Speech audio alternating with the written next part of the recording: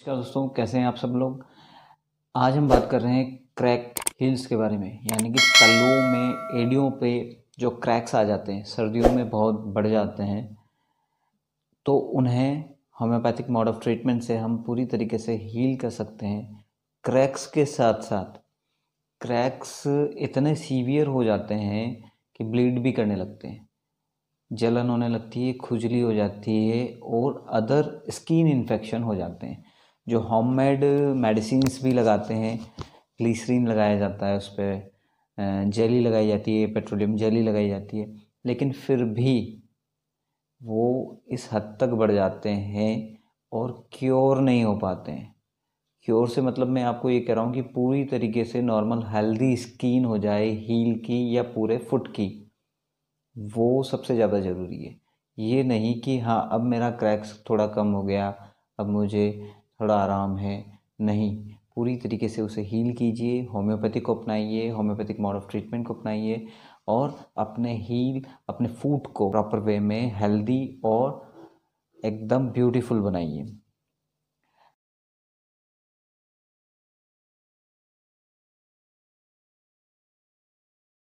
नमस्कार दोस्तों, मैं हूं डॉक्टर अभिषेक, आपका फिर से एक बार स्वागत करता हूं अपने होम्योपैथिक यूट्यूब चैनल पे। दोस्तों, आज हम बात कर रहे हैं क्रैक्स हील्स के बारे में, या क्रैक स्किन ऑफ फुट।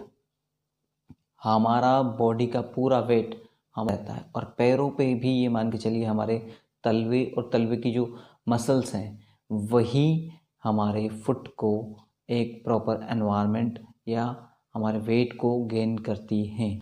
दोस्तों, बात करी जाए अगर हमारे बॉडी के वेट की, तो बॉडी का वेट हमारे फुट पे ही रहता है। फुट का हेल्दी होना, देखिए नॉर्मल क्रैक्स जो होंगे वो आपके पेट्रोलियम जेली, ग्लिसरीन या फिर जो पेट्रोलियम प्रोडक्ट होते हैं, जो क्रीम्स होती है, जो सॉफ्टनेस रखने के लिए, सॉफ्ट रखने के लिए स्किन को काम में आती है, उनसे क्योर हो जाती है। लेकिन जब सीवियर कंडीशन में आ जाता है, यानी कि ये प्राइमरी फेज़ में, तो आप नॉर्मल ऑइंटमेंट से, एक विंटर क्रीम से भी आप इसे ठीक कर सकते हैं। लेकिन जब सीवियर कंडीशन में हो जाता है पेशेंट को, क्रैक्स इतने डीप हो जाते हैं कि जो हील या फुट की आर्टरीज होती हैं या वेन्स जो होती हैं उसके तलवे पे, जो ब्लड सप्लाई, ब्लड सर्कुलेशन को मेंटेन करती है, वो तक रप्चर हो जाती हैं और ब्लीड करने लगता है पेशेंट के पैरों से।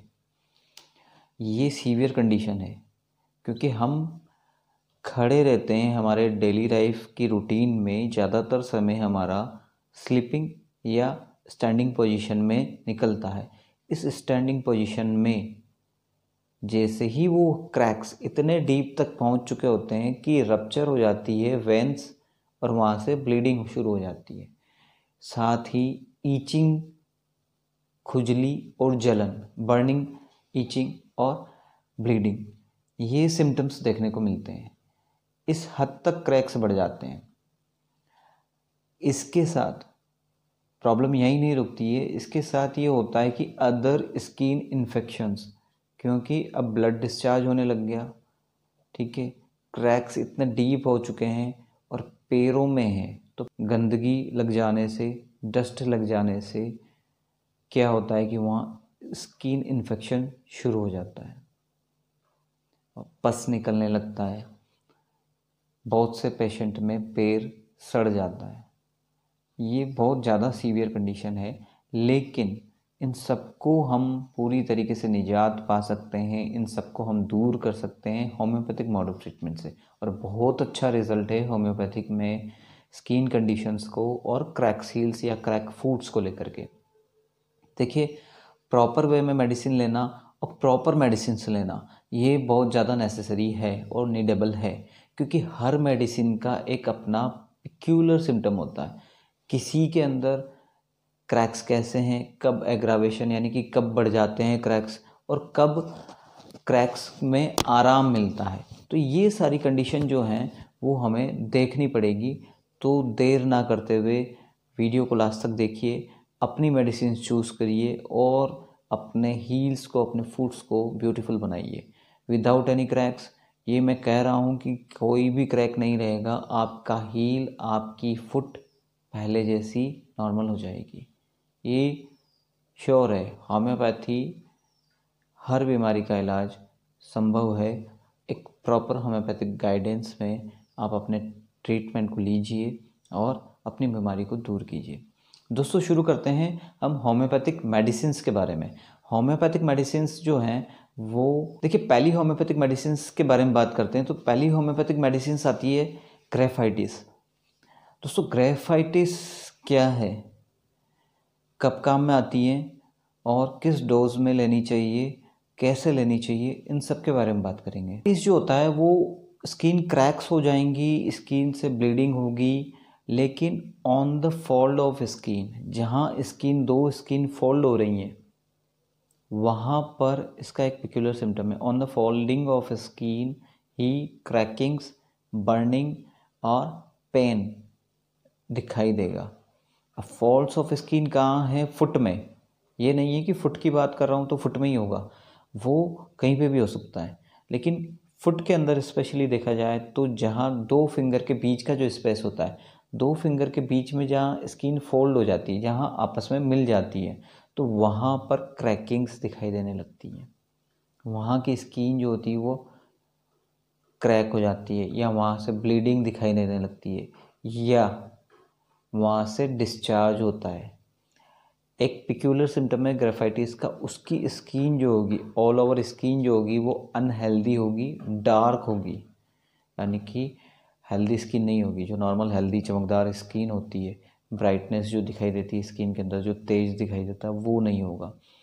अनहेल्दी स्किन होगी, डार्क होगी, और साथ ही साथ उसको कोई और स्किन डिजीज़ भी होगी, और वहाँ से डिस्चार्ज निकलेगा येलो कलर का। ब्लीडिंग के साथ भी हो सकता है और ब्लीडिंग के अलावा भी हो सकता है। येलो ऑफेंसिव बदबूदार डिस्चार्ज, थिक डिस्चार्ज, गाढ़ा डिस्चार्ज देखने को मिलता है। ये है ग्रेफाइटिस। क्रैक्स इतने डीप हो चुके होते हैं, ब्लीड भी करते हैं, ऑफेंसिव डिस्चार्ज भी निकलता है, साथ में ईचिंग के साथ एक्जीमा भी कंडीशन पैदा भी हो जाती है। यानी कि इतनी खुजली हो जाती है बहुत सी बार, क्योंकि स्किन रफ़ हो चुकी है, ड्राई हो चुकी है, और क्रैक्स भी आ चुके हैं। और वो क्रैक्स जो है ना फोल्ड के बीच में है, यानी कि उंगली जो है जहाँ स्किन फोल्ड होती है वहाँ पर हैं क्रैक्स। ये क्रैक्स आपको नेक पे भी मिल सकते हैं जहाँ स्किन फोल्ड होती है, जो ओबेस पर्सन होते हैं, आपको बेली पे भी मिल सकते हैं ये क्रैक्स। और अनहेल्दी स्किन और येलो ऑफेंसिव डिस्चार्ज आपको थाइज, जहाँ पर नी के पीछे वाला, जॉइंट्स के बैक वाला जो पोर्शन है, जिस तरफ से हमारा जॉइंट्स मूव करता है, वहाँ पर स्किन अनहेल्दी, रफ और ड्राई होती है ग्रेफाइटिस के पेशेंट्स में, फुट में, फिंगर्स के बीच में। तो यहाँ ईचिंग इतनी चलती है उसे, वो खुजलाते खुजलाते वहाँ एक्जीमा हो जाता है, इस हद तक डिजीज़ बढ़ जाती है। तो ये normal ointment, normal winter cream से नहीं जाएगा। यहाँ हमें रिक्वायरमेंट है ग्रेफाइटिस की।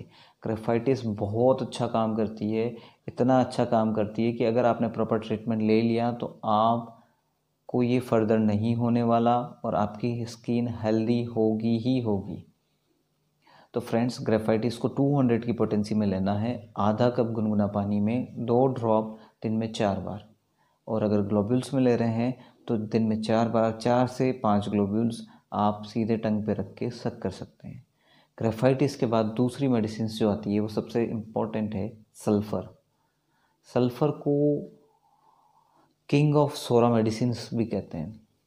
सोरा माइज़म है, लेकिन ये डीप में स्टडी के लिए एक पॉइंट है, लेकिन हम बात कर रहे हैं कि स्किन डिजीज़ के अंदर सल्फ़र इज़ द पीपल्स, और बहुत सारे फिजिशियंस डरते हैं किसी पेशेंट को सल्फ़र देने से, क्योंकि उन्हें लगता है कि स्किन कंडीशन एग्रावेट हो जाएंगी। लेकिन नहीं, जहाँ साइन एंड सिम्टम्स मैच कर रहे हैं वहाँ कोई भी कंडीशन बढ़ेगी नहीं, आपकी स्किन हेल्दी ही होगी।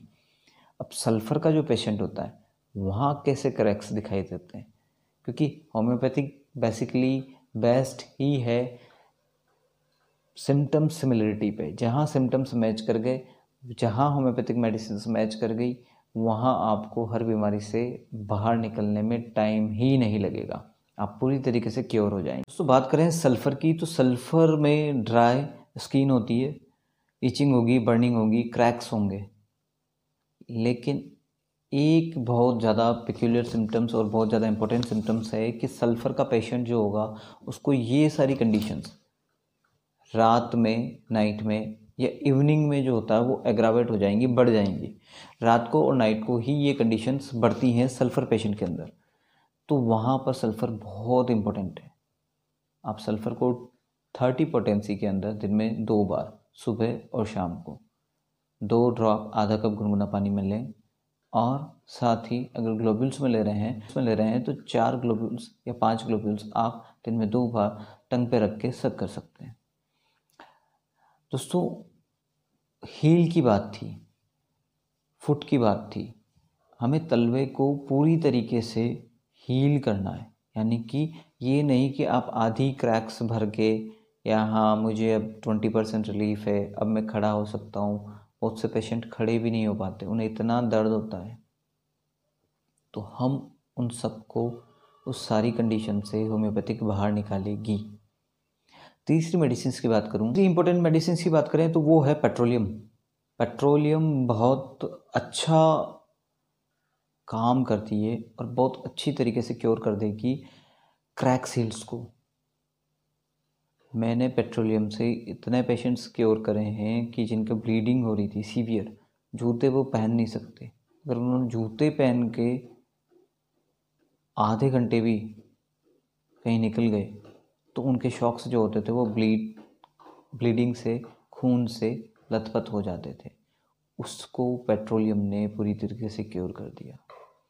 तो पेट्रोलियम में सबसे ज़्यादा इम्पोर्टेंट सिम्टम्स है कि उसकी क्रैक्स जो होती हैं वो बहुत ज़्यादा डीप होंगी और बहुत ज़्यादा ब्रॉड होंगी, यानी कि इतने डीप क्रैक्स होंगे, साथ ही रफ़ और ड्राई स्किन, पूरी तरीके से सूखी हुई स्किन रहेगी, चाहे वो शॉक्स पहन ले। बहुत सारे पेशेंट ऐसे देखे हैं मैंने जो शॉक्स पहन के रहते हैं, ताकि उन्हें ये लगता है कि नमी की वजह से जो ड्राइनेस है, जो हार्डनेस आ रही है हील की स्किन के अंदर, वो थोड़ी सॉफ्ट हो जाए स्किन, तो फिर हो सकता है मेरी स्किन धीरे धीरे क्योर हो जाए। लेकिन नहीं, वहाँ स्वेटिंग ज़्यादा होने से प्रॉब्लम और बढ़ सकती है। तो प्लीज़ कोशिश करिए अच्छा होम्योपैथिक ट्रीटमेंट लेने की। पेट्रोलियम में इतनी डीप स्किन और डीप क्रैक्स हो जाते हैं कि वो ब्लीड करने लगते हैं। आर्टरीज और वेन्स जो होती हैं वो रप्चर हो जाती है बॉडी प्रेशर की वजह से। बॉडी का वेट जो है उन क्रैक्स के थ्रू वो आर्टरीज और वेन तक चला गया, तो वहाँ से खून निकलने लगते हैं। ये है पेट्रोलियम का सिम्टम्स। पेट्रोलियम के जितनी क्रैकिंग्स है, जितनी हार्डनेस स्किन है, जितनी रफनेस स्किन है, ये सारी कंडीशन, ईचिंग ऑन हील, ये सब कुछ विंटर शुरू होने और ज़्यादा सर्दियों में बहुत ज़्यादा बढ़ जाती है। पूरे साल भर आराम रहता है, क्रैक्स फिर भी ठीक नहीं होते, क्रैक्स ठीक नहीं होंगे, क्रैक्स रहेंगे उनके, लेकिन फिर भी उनको विंटर शुरू होते ही और सर्दियों में तेज़ ठंड में उनकी हील क्रैक्स होंगी ही होंगी। उनकी फुट और उनके तलवे की चमड़ी इतनी क्रैक्स हो जाती हैं विंटर में कि वो बर्दाश्त के बाहर होती हैं। तो सर्दियों में ये बढ़ जाता है। जिन भी पेशेंट्स को सर्दियों में बढ़ता है तो वहाँ पेट्रोलियम 200 की दिन में 4 बार आधा कप गुनगुना पानी में 2 ड्रॉप को यूज़ करिए। और साथ ही साथ आप पेट्रोलियम 200 को नाइट में सोने से पहले थोड़ा सा गुनगुना पानी किया, 200 की 5 to 6 ड्रॉप डाली और तलवों पर उनको थोड़ी सी देर डीप करके रखिए और ड्राई क्लॉथ से पूंछ करके आप स्लिप कर सकते हैं। अगर ग्लोब्यूल्स में ले रहे हैं तो प्लीज़ ग्लोब्यूल्स में 4 से 5 गोली दिन में 4 बार टंग पे सक करने के लिए ले सकते हैं।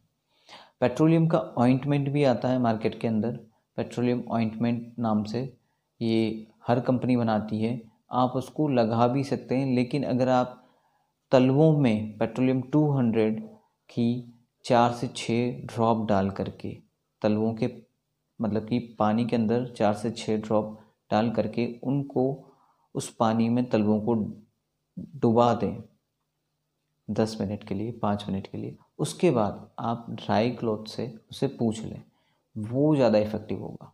आप चाहें ऑइंटमेंट लगाएं, आप चाहें तो जो मैंने आपको बताया है प्रोसेस, उस तरीके से आप अपने तलवों की ड्राई स्किन के अंदर, हील के अंदर पेट्रोलियम मेडिसिन्स को आप उस तरीके से यूज़ कर सकते हैं। एज ए सेक भी हो जाएगा आपका, एक वार्म एप्लीकेशन भी मिल जाएगी और पेट्रोलियम मेडिसिन्स भी वहाँ तक पहुँच जाएगी।